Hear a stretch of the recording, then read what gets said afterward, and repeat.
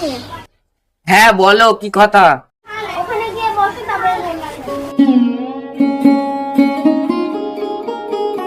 এবারই বলো কি কথা। তা বলছিলাম, কুরবানি তো আর বেশি দিন বাকি নেই, একটা ফ্রিজ হলে খুব ভালো হতো।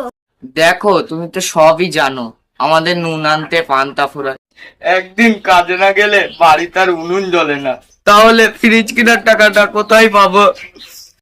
তুমি ঠিকই বলেছো, কুরবানির মাংস রাখার জন্য একটা ফ্রিজ তো লাগেই। তুমি তো সবই জানো আমাদের পরিস্থিতি খারাপ, কিছু ইচ্ছা হলেও কিনতে পারি না।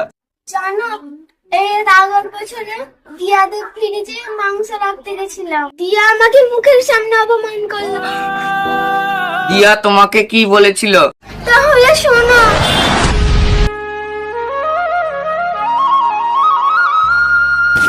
দিয়া, এ দিয়া, একটু বাইরে আয়। কি হয়েছে বল। আমাদের কুরবানির মাংসটা একটু তোদের ফ্রিজে রাখবি? কি বললি, তোদের মাংস আমাদের ফ্রিজে রাখবো? তুই কি জানিস ফ্রিজ চালালে কারেন্টের বিল কত আসে? না বোন, জানি না। ও, তুমি কি করে ফ্রিজ কিনবে? তোমরা তো গরিব, তোমরা তো ভিখারি, তোমাদের কি ফ্রিজ কেনার অকাত আছে? দিয়া, আজ আমরা গরিব বলে আজ আমাদের এইভাবে অপমান করছিস? তোকে অপমান করবো না তো তুই করে তুলি রাখবো না কিনে? দরকার বলে তোর নিজের ফ্রিজ কিনে ফ্রিজে মাংস রেখে খাগা। যা এখান থেকে, আমাদের ফ্রিজে তোকে মাংস রাখতে দেবো না। ঠিক আছে দিয়া, আমি চলে যাচ্ছি।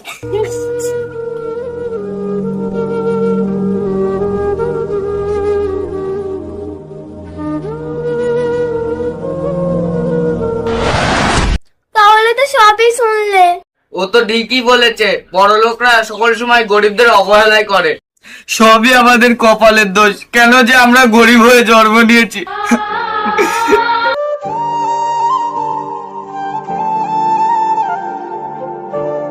আব্বা, আর দুদিন পরে কুরবানির জমি মাংস খাবো। ঠিক আছে বাবা, খাস, মন প্রাণ ভরে খাস। তোদের তো ঠিক মতন মাংস কিনে এনে খাওয়াতে পারি না। তা তো খাবই মা, বছরে একটা দিন। মা, আমাদের নতুন ফ্রিজ কিনছো? না রে মনীষা, এবছর আর ফ্রিজ কেনা হবে না। ও, তাহলে মাংসগুলো কোথায় রাখবা মা? না না, আমি ফ্রিজ কিনে নিয়ে আসবো। আমি নতুন ফ্রিজও না আনতে পারলে আমি একটা পুরনো ফ্রিজও নিয়ে আসবো। ওগো, তুমি অতগুলো টাকা কোথায় পাবে? ও তোমাকে নিয়ে ভাবতে হবে না, আমি ঠিক ব্যবস্থা করে নেবো। তোমরা বসো, আমি দেখি কি দোকানে কোনো পুরনো ফ্রিজ পাওয়া যায় কি।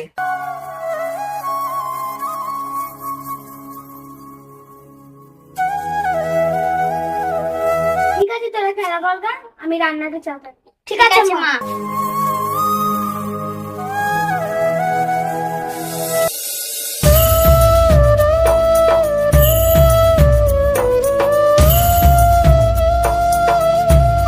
কুরবানি আসার আগে এই ফ্রিজ কিনে ফেললাম, এবার যে যা মাংস দেবে সব ফ্রিজে লোড করে ফেলাবো।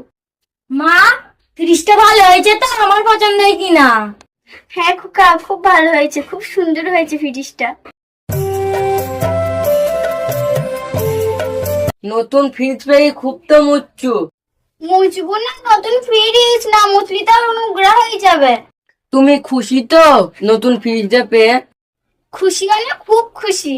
তুমি মোচো, আমি একটু পাড়াখানতে ঘুরে আসি।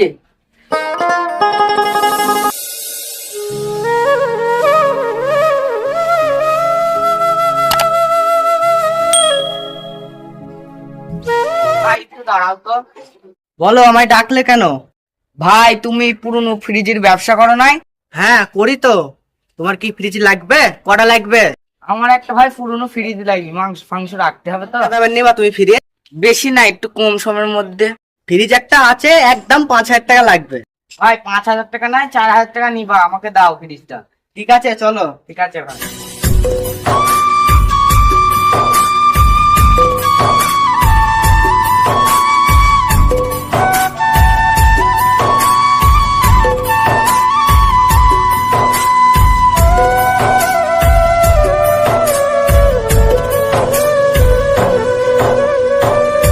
আরে দাম পাই না, দাঁড়াও দাঁড়াও দাঁড়াও। বলো কি বলবা? তা ভাই ফ্রিজ নিয়ে কোথায় যাইছো? এই তো ভাই ফ্রিজটা কিনলাম পুরনো। এত বাদ দি, সেকেন্ড হ্যান্ড ফ্রিজ কিনলে? তাও তো লাগছে ভাঙা চুরা, কত টাকা নিল? গরিব মানুষ ভাই, পুরনো ফ্রিজই কিনলাম। এতে আমি অনেক খুশি। সামনে কুরবানি তো, মাংস ফাংস রাখতে হবে। ঠিক আছে ভাই, আমার অনেক লেট হয়ে যাইছে, তাহলে আমি যাই, বাড়ি যাবো, ফ্রিজটা জুড়তে হবে। ঠিক আছে তাহলে যাও। ঠিক আছে।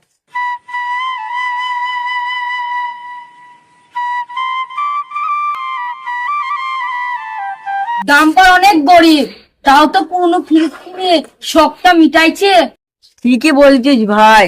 চ তাহলে আমরাও যাই। চ।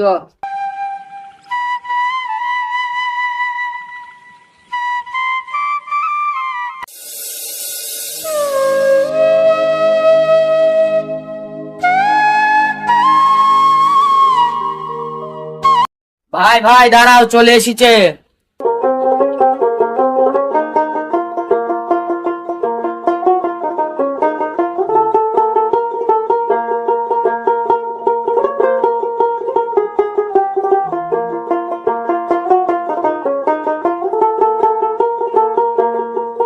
ভাই তোমার ভাড়া কত? 100 টাকা ভাই।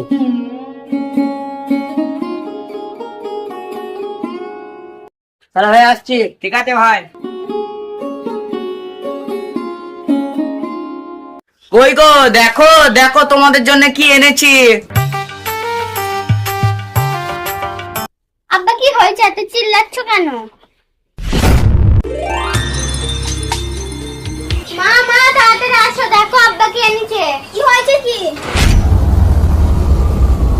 হ্যাঁ ফ্রিজ।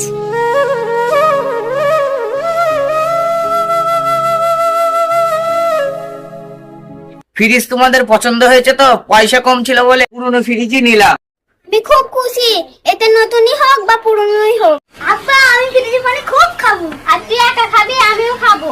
তুমি ভাতটা ভরো, আমি ফ্রিজটা জুড়ে যাইছি। আর করি। ডাল গোটা ফ্রিজটা ধর, ওপরে তুলতে হবে। বাবারে কি ভারী।